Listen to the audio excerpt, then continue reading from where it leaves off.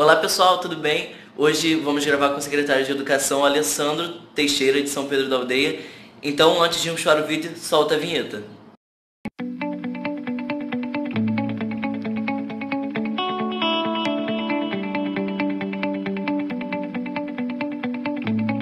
Olá pessoal, mais uma vez olá pessoal. Hoje estamos aqui com o secretário de Educação de São Pedro da Aldeia. Obrigado, Alessandro, por me receber aqui no seu gabinete. Eu agradeço a sua visita, André. E como foi seus últimos 1 ano e 6 meses de gestão? André, primeiro eu quero agradecer, o fato de você ter nos convidado para falar aqui com o seu público, parabenizar por sua iniciativa. É muito bom a gente ver aí essa rapaziada nova, os jovens, ocupando espaço numa mídia, né, que é extremamente utilizada, né, as redes sociais são muito utilizadas, e aí você reúne essa capacidade, né, de falar com o seu público através dos seus canais, falar também com os seus colegas na escola, envolver o pessoal nessa sua proposta de trabalho e colocando em evidência o município de São Pedro da Aldeia. Isso é muito importante, né, as pessoas levarem para os aldeienses aquilo que está sendo feito no município de São Pedro da Aldeia. Então, parabéns por sua iniciativa, desejo vida longa aí, né, nessa sua caminhada de comunicação, já antecipando que não é uma caminhada muito fácil, muito complexa, a gente sabe disso, trabalhar o tempo todo com a velocidade, né, do conteúdo que vem das mídias. As pessoas hoje estão muito ansiosas, né, por cliques, por likes, as pessoas querem com muita urgência saber quem é que vai ter alcance maior, né, com aquilo que está sendo publicado. E infelizmente também nós temos, né, muitas pessoas que saem compartilhando o conteúdo, não sabem nem o que é que está sendo compartilhado, e as pessoas acabam perdendo também o que é essencial na nossa condição humana e cidadã, que é aquela famosa pausa para reflexão. Então a mídia social acaba tirando um pouco da gente essa pausa para reflexão, e a gente está aqui, né, com você numa mídia social, refletindo sobre os caminhos da educação em São Pedro da Aldeia. Bem, 1 ano e meio, o que tem marcado a gestão da educação, nós chegamos aqui no dia 4 de setembro de 2018, hoje nós estamos aqui há 1 ano, 6 meses e 1 semana, né, com uma pauta que eu gosto muito, que é trabalho, trabalho, trabalho, trabalho. A gente trabalha, né, a nossa equipe sabe disso, a gente sai muito cedo de casa. Falar igual o doutor Adriano, o prefeito de Cabo Frio, nada resiste ao trabalho, né? A gente gosta muito de trabalhar. Eu acredito muito na força do trabalho, eu acredito muito na força do trabalho em equipe. Nós temos uma equipe aqui que vai nesse mesmo ritmo, né, de se dedicar ao máximo.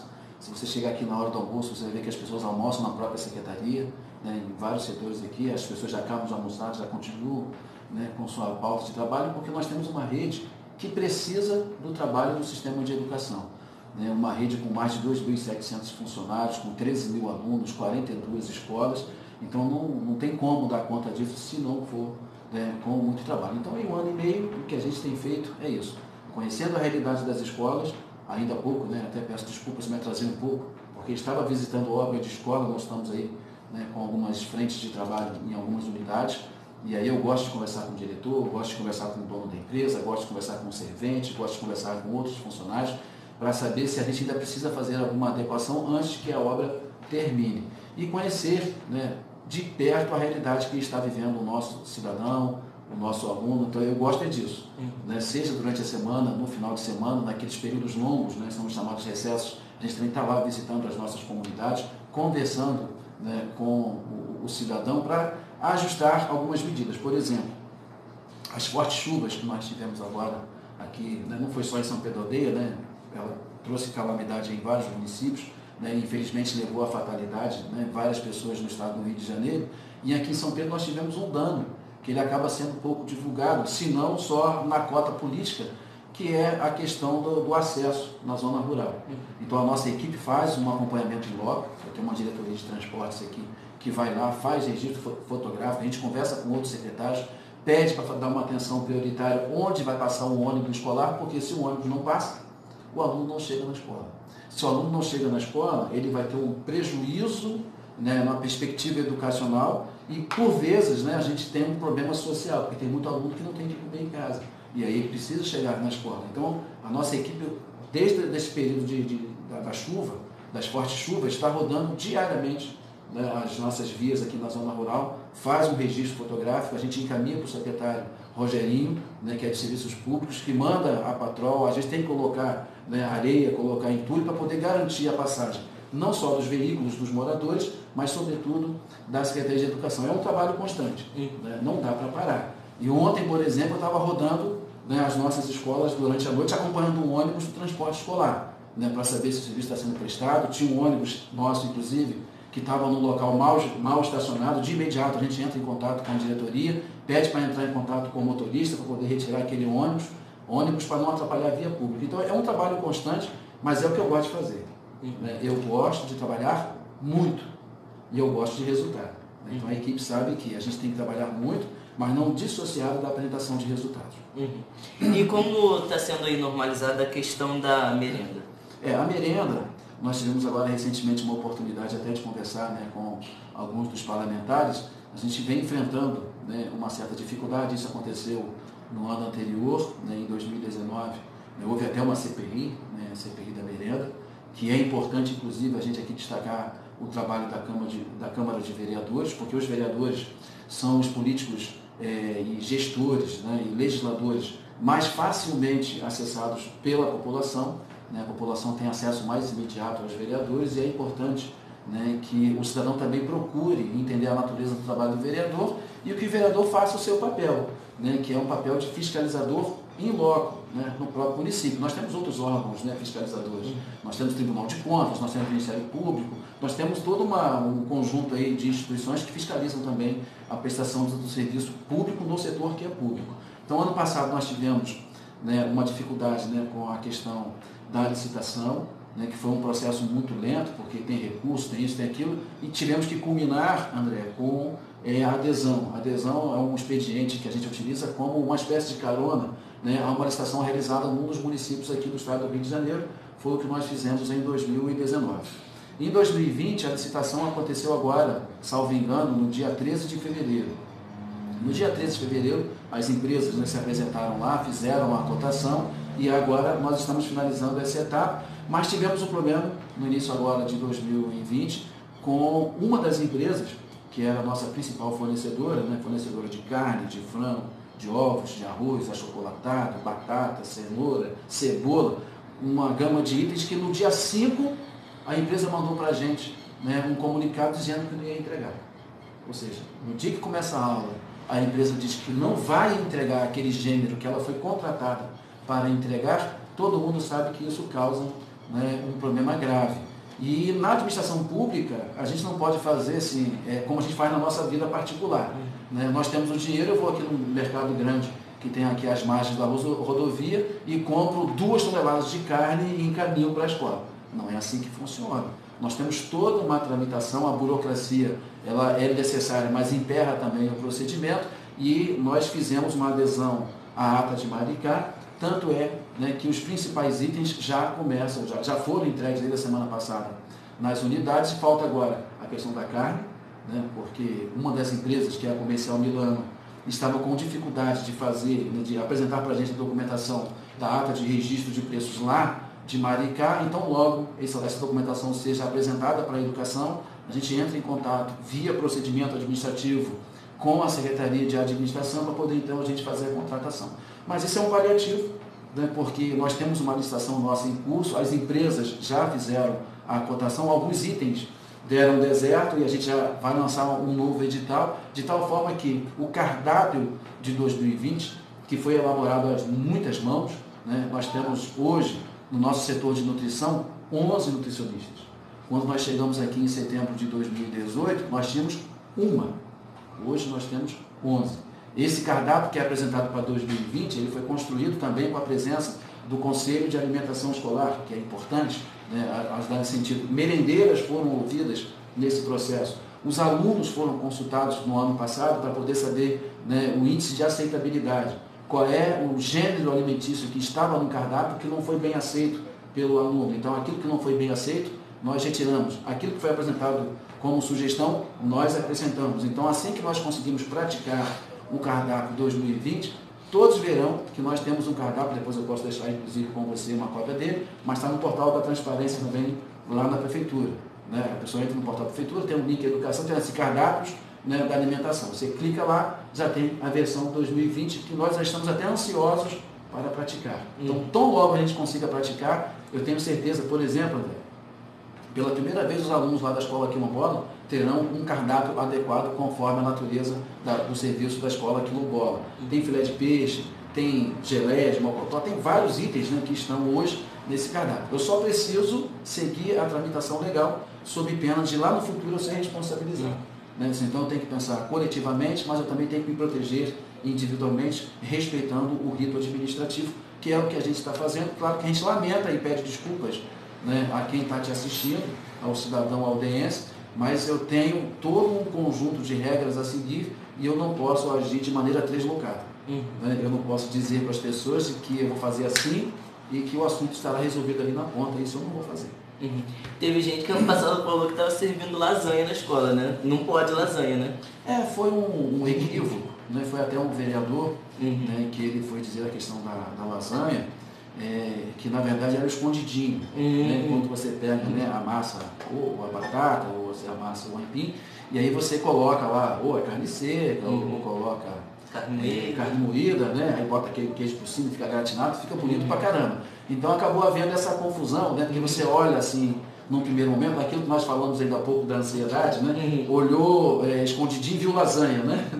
Pode ser o gostar muito, né, de lasanha que levou o vereador, né, a falar sobre a questão da lasanha. Mas não é uma questão de não poder.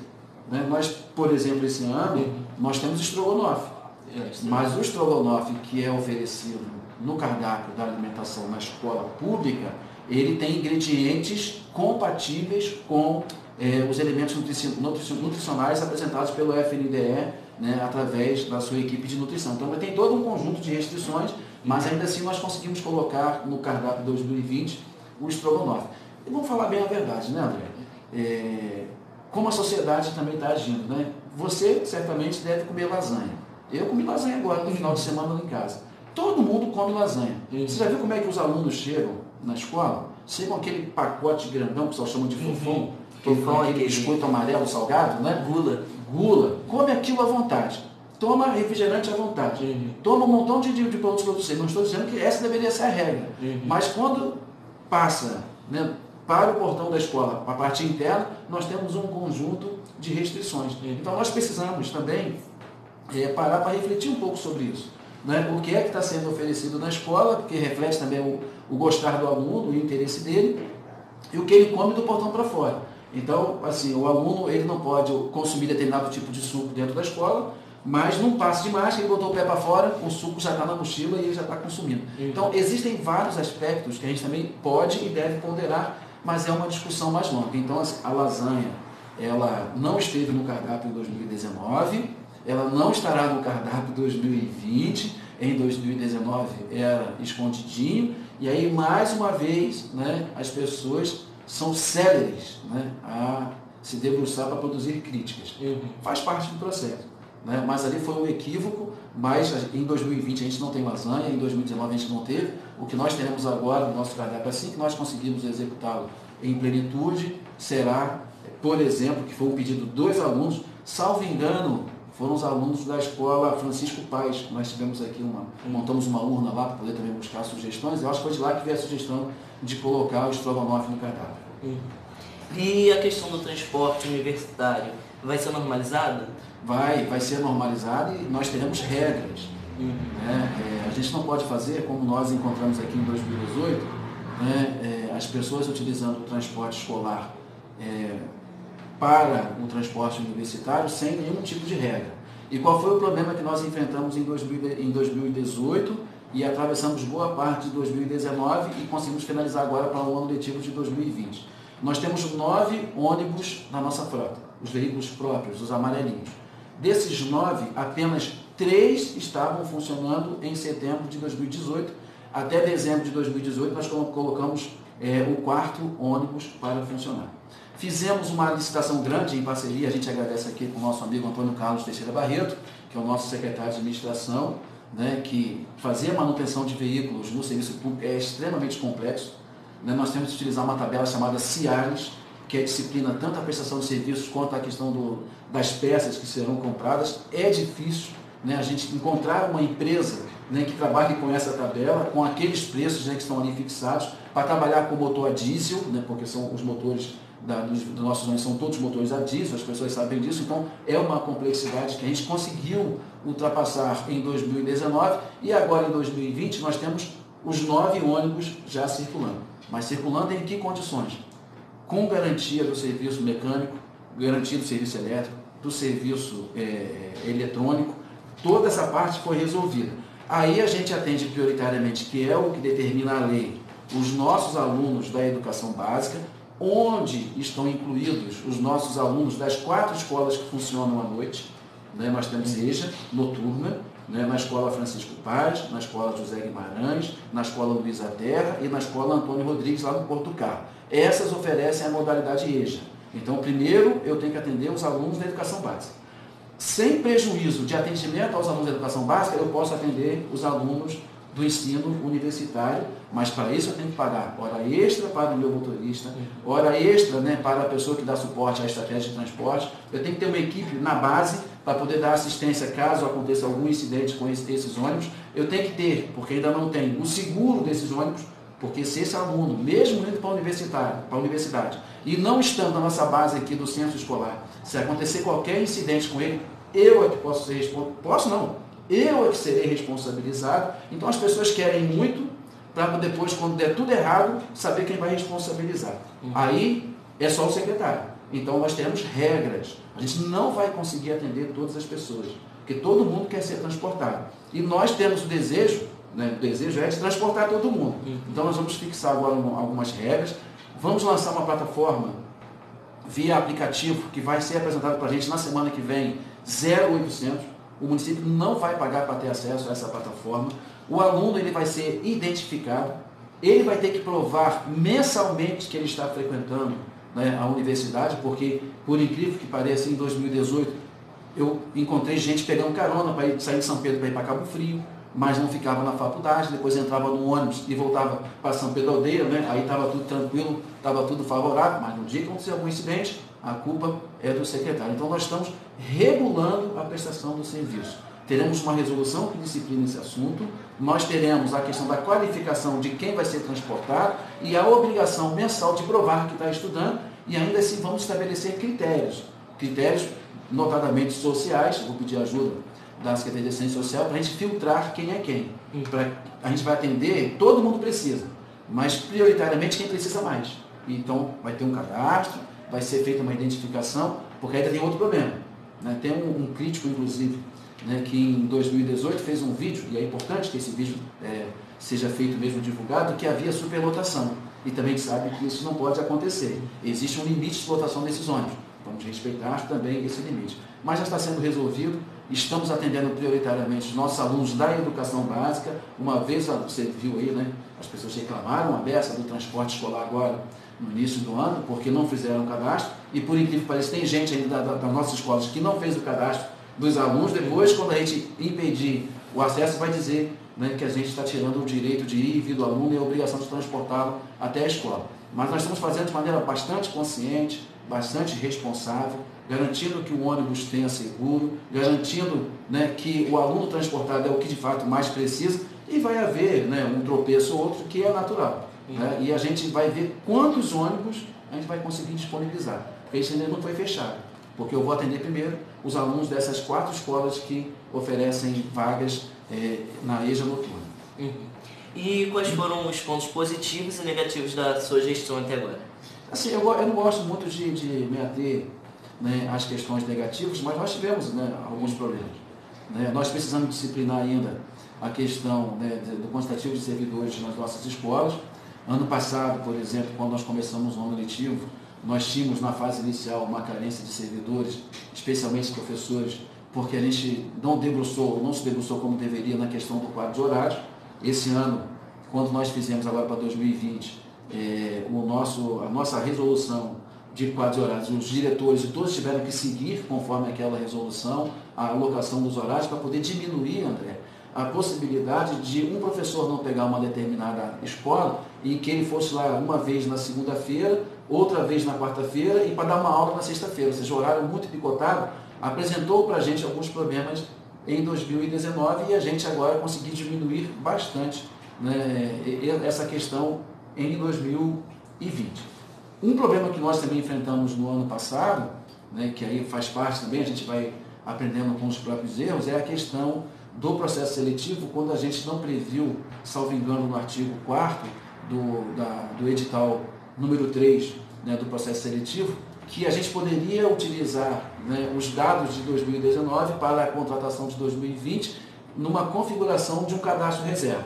Só que esse cadastro reserva, ele poderia ser remodelado com a avaliação que nós fizemos em setembro de todos os servidores.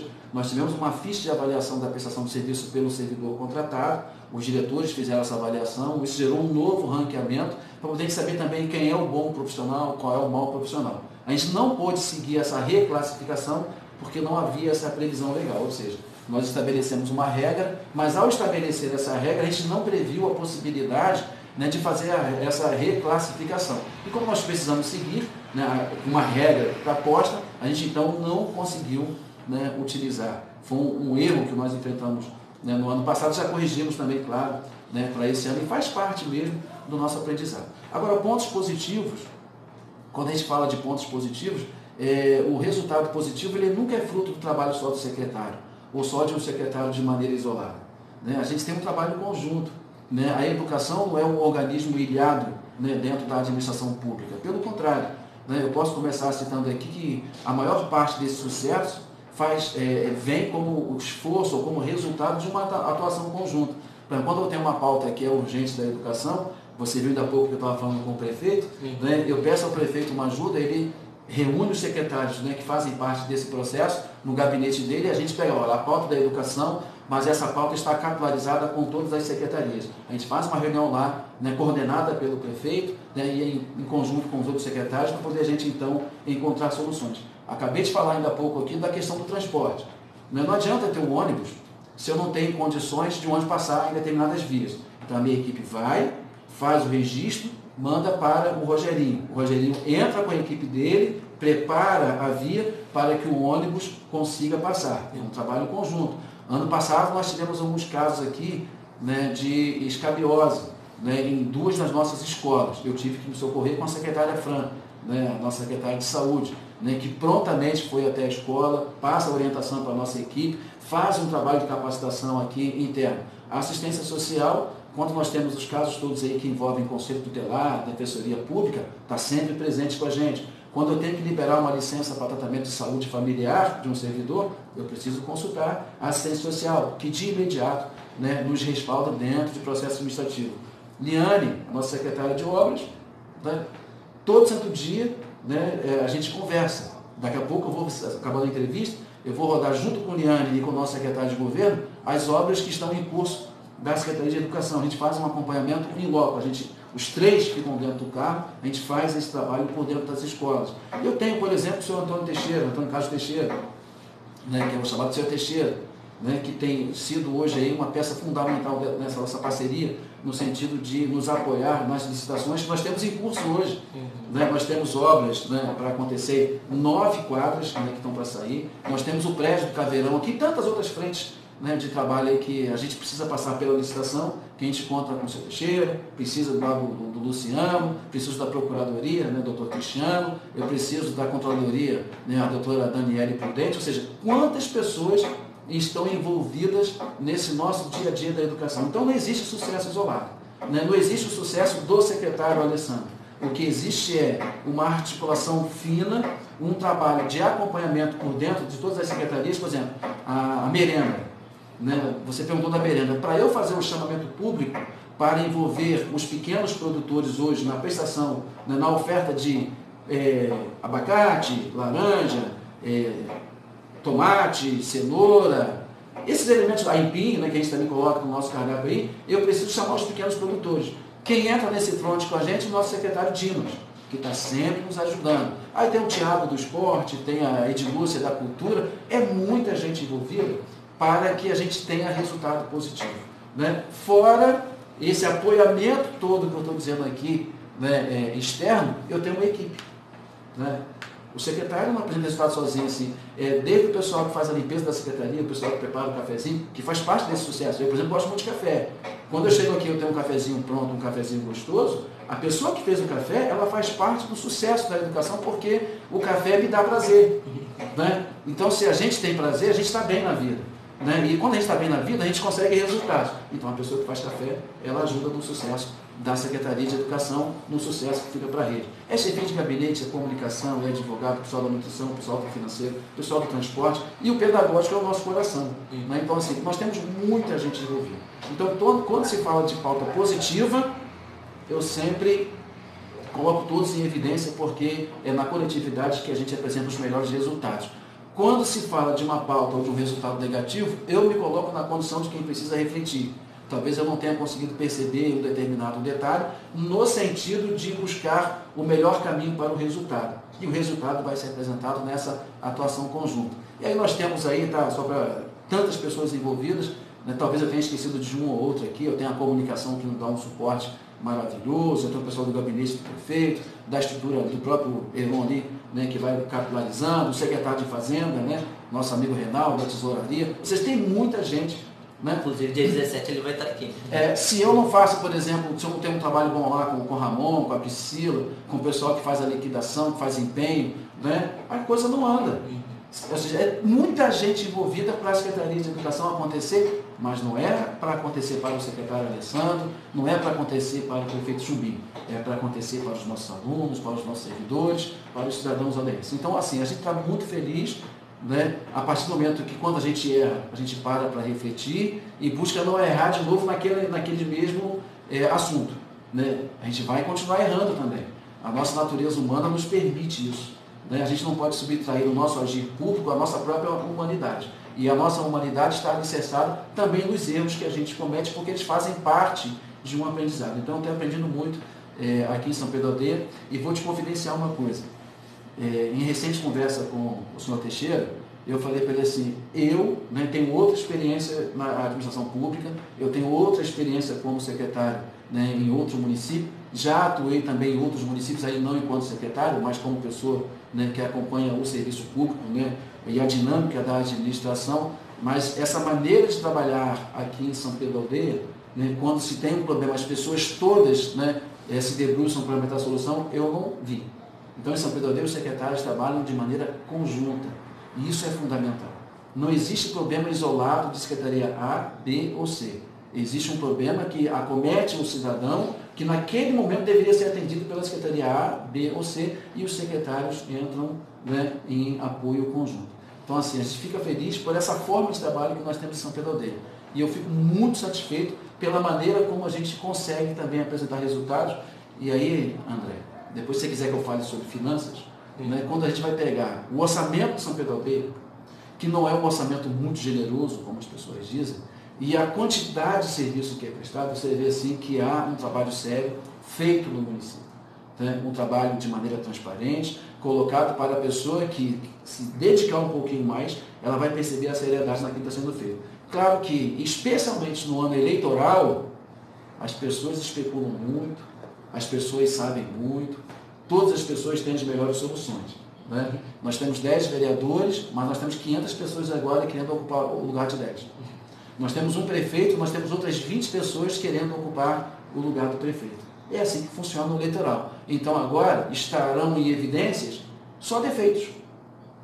Acabei de dar um exemplo aqui, né? Me permita que nessa pauta, eu te mostrei da janela da secretaria um sofá, que não estava ontem ali. E eu estou falando de uma região central. É uma região central do município de São Pedro Aldeia. O sofá apareceu ali. Mas quem jogou aquele sofá ali? Uma pessoa com interesse político vai ali tirar uma foto. Se o centro, qual é a chamada, né? Uhum. Se o centro está assim, imagina a periferia. Aí começa. Imagina os bairros. Não é assim que começa? A gente já sabe como é que a coisa funciona. Mas quem jogou o sofá ali? Não foi o prefeito, eu também não joguei, porque aquele sofá parece até bonzinho. Eu até pensando em aproveitar aqui para o gabinete. Né? Mas não foi vereador que jogou, não foi secretário que jogou, foi algum cidadão irresponsável que jogou o sofá ali. Mas provavelmente vai virar álbum de fotografia. Aqui entre a secretaria e o teatro, existe um espaço grande, um terreno também generoso. Quantas e quantas vezes, Saulo está aqui, sabe que é testemunha disso, que já nos ajudou, né? A gente tem que fazer a fotografia e pedir com urgência para tirar o lixo, porque a pessoa vai ali, joga o lixo, né, fora do dia do caminhão passar, de maneira irresponsável. A gente está acostumado com isso. Né? Então, assim, a gente fica feliz com o trabalho que ele é prestado, há muito que se fazer ainda, e pelo menos até o dia 31 de dezembro nós temos uma equipe aí na prefeitura toda que trabalha muito, e os resultados estão aí para quem quiser ver. Tá bom, Alessandro, muito obrigado pela sua participação aqui no canal. E é isso, sai vídeo novo na terça-feira com o secretário de Fazenda, Reinaldo. Tá bom? Um abraço, até o próximo vídeo.